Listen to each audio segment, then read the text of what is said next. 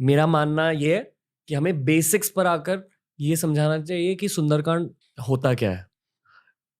आप बताइए, जिन लोगों ने ये शब्द पहली बार सुना है सुंदरकांड, सुंदरकांड है क्या? बहुत सारे लोग हैं ऐसे।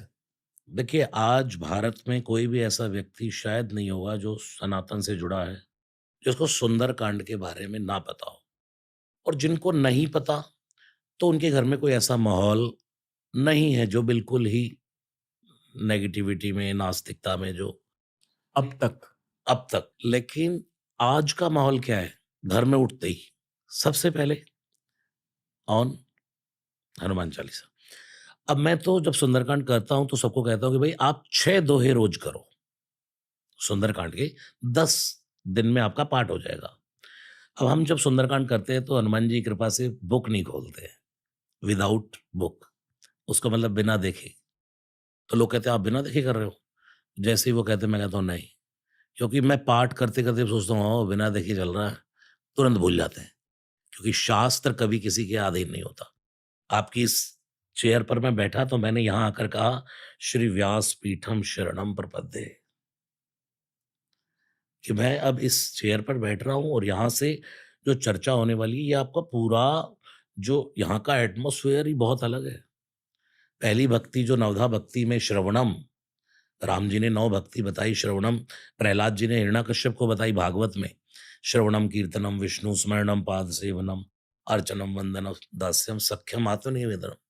ऐसे ही राम जी ने 9 भक्ति बताई, तो उसमें यही पहली भक्ति तो श्रवण है। वहाँ थोड़ा-सा डिफरेंस है कि प्रथम भगति संतन कर संगा, कोई मिलेगा तो सत्संग होगा, तब श्रवण शुरू होगा, यानी कि है वहीं। तो ये एटमॉस्फेयर जहाँ यहाँ मैं बैठा हूँ, तो मुझे ये तो लगता है कि ये तो एक तीर्थ है। यहाँ पर क्योंकि सिर्फ़ रामायण की बात हो, सिर्फ़ मानस की बात हो, हनुमान जी की बातें हों, सुंदरकांड की बातें हों, यही नहीं, कोई भी अच्छी बातें, पूज्य मुरारी बापू जी आप जानते ही होंगे, वो ये कहते हैं कि आप किसी समुद्र के किनारे बैठ कर के मौन शांति से बैठे हैं और उसकी लहरों का साउंड सुन रहे हैं, तो वो भी सत्संग है। कोई भी अच्छी चर्चा हो रही है कहीं पर, जिसमें लोगों को भटकाया नहीं जाए, लोगों के अंदर गलत मैसेज ना जाए, किसी के अंदर मतलब एक तो कभी किसी को डराया ना जाए कि तुम ऐसा नहीं करोगे तो ऐसा हो जाएगा, ऐसा नहीं करोगे तो ऐसा। भगवान कभी किसी का बुरा नहीं करते। तो लोगों के अंदर ये मैसेज आए कि मैं अगर कोई अच्छी चर्चा सुन रहा हूँ, तो वो सत्संग है। और मैं तो यहाँ बैठा हूँ, तो मुझे तो बस मैं तो इसी पर्पज़ से आया हूँ कि यहाँ 2 घंटे मैं कथा कह रहा हूँ, भगवान की कथा हो रही है और ऐसा श्रोता मिलेगा, श्रोता वक्ता ज्ञान निधि कथा राम कै गूढ़। भगवान शिव जब कथा सुनाते तो पार्वती अकेली बैठती है, वहाँ बहुत भीड़ नहीं होती, लेकिन वहाँ की कथा कैलाशीय कथा अद्भुत होती है, बहुत रश में कथा नहीं होती, आप जैसा एक श्रोता हो, तो आनंद आया। जी। मैं खुद को आभारी मानता हूँ कि मेरे थ्रू ये चीज़ें हो रही है, मैं खुद ये नहीं कर रहा। बस जो ये कहता रहता है वही दुनिया में समझ गया समझो भगवान की लीला को। क्योंकि हम तो कुछ करते ही नहीं है।